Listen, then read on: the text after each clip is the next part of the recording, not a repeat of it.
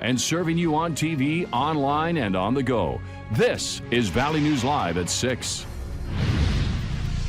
Wild weather is making its way across the country. Out west, and some states are still cleaning up. It's quiet for now, but the storm we've been watching since Sunday is almost here.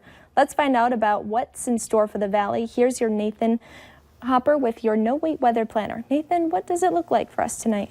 Yeah, we are seeing some of those wintry showers moving into our neck of the woods, and we can see the most organized activity is down through the Sioux Falls area. Some heavy mixed precipitation down south of the I-90 corridor, heading up toward Pierre and the Sioux Falls area as well. But here in our neck of the woods, we do have, I'll show you the Luther Family Ford Skycam. Just saw some snow flurries there, I think, on that camera. Looks like roadways are getting a bit on the wet side there this evening. So, of course, be on the lookout for some rapidly changing weather conditions as temperatures are right near that freezing point for us up and down the valley. Winter storm warning is in effect from now until Sunday at noon for the red county. So most of our area is in that winter storm warning. Our extreme northern neighborhoods just in a winter weather advisory. So expecting less impact in our northern neighborhoods, but we're expecting those higher impacts here up and down the valley. So low pressure we've been watching is now in Denver, taking off from DIA and heading towards Sioux Falls as we speak. It looks to move through Sioux Falls and stall in South Dakota, and that when it stalls in South Dakota County, that's when we'll see the impacts here across the valley. And we'll talk about snowfall totals and timing for the storm coming up in a couple minutes. All right, thank you so much for that. Yep. Thanksgiving looked very different for one Fargo woman yesterday, as she's now in her 9th month of sobriety. After countless trips to the jail, the hospital, and rehab, she spent the holiday with her family and friends for the first time in over 2 years. Valley News Team's crime and safety reporter Bailey Hurley talked with the woman today in a story you'll only see here on Valley News Live. Most are still recovering from a day full of food, family, and friends. And for Elizabeth Barr, it was no different. But this year, there was a lot more to be thankful for. Oh God, a year ago, strung out, doing whatever I could. I mean, I was doing anything I could get my hands on, whether it was meth, heroin, pills, whatever, I was doing it. This is a mugshot taken just days before Christmas 2018. I was 90 pounds, and I mean, I looked like I should have been dead.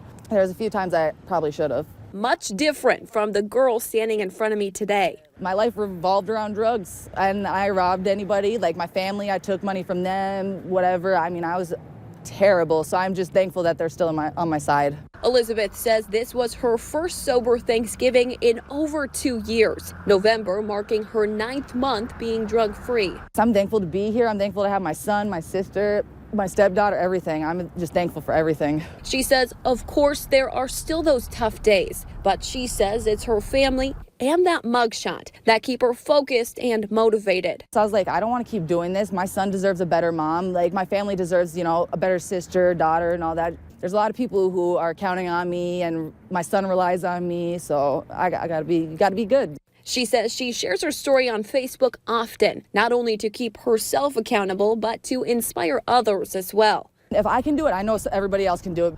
In hopes that, just like her, one day they'll be spending the holidays with their loved ones once again. In Fargo. It feels great. It really does. Bailey Hurley, Valley News Live.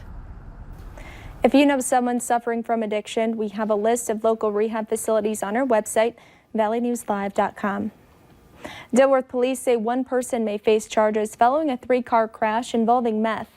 According to court documents, the driver of a Honda Civic was going 80 to 90 miles per hour in a 45. The driver didn't stop at a red light and crashed into a Range Rover on November 19th. The driver of the Honda has a broken spine, and a passenger in the car shattered their pelvis. Police say they found a backpack inside the car with 2 unopened packages of hypodermic needles. The driver had been released from the Cass County Jail that morning. Time for a look at this week's Valley's Most Wanted. Police say 38-year-old Tina Joanne Hawes is wanted on probation violation for failing to register as a sexual offender and felony theft. Hawes is described as 5 foot 11 inches, 145 pounds with blue eyes and brown hair. Call your local law enforcement if you have any information. Authorities in Bemidji are asking for the public's help in locating a missing teen. Cameron Kingberg was last seen at the Bemidji Walmart yesterday. He has been listed as an official runaway since October. He left family in the Red Lake Nation, but was recently spotted at the store. Cameron is described as 6'1", 150 pounds with brown eyes and black hair. He is wearing black jogger pants and a black hooded Nike zip-up jacket with white and purple shoes. Anyone with information about him is urged to call police. North Dakota's Bureau of Criminal Investigation has a new officer. He'll be introduced to the public on Monday. His name is Hex, and he's a 2-year-old yellow lab. Hex specializes in electronic detection, things like hard drives, cell phones, and SIM cards that investigators might be looking for when executing search warrants. Hex is the first ever electronic detection canine unit in the upper Midwest. A 12-year-old North Dakota girl turns a negative into a positive. Olivia Allen was diagnosed with epilepsy, but instead of allowing it to dampen her dreams and attitude, she made 800 blankets, giving them to people in need. She began a nonprofit called Warm Blanket Hugs. Olivia was honored for her actions, receiving the Spirit of Prudential Award. It goes to the top youth volunteers from each state, and they go on to an expense-paid trip to Washington, D.C. These blankets have given me the comfort to go through all this. You can say, woe is me and wallow in your sorrow, but yeah, or you can do good with it. Olivia and her mom, Wendy Allen, are currently trying to make 130 blankets by Christmas for people living in temporary housing. Later on Valley News Live at 6, the winter storm is almost here.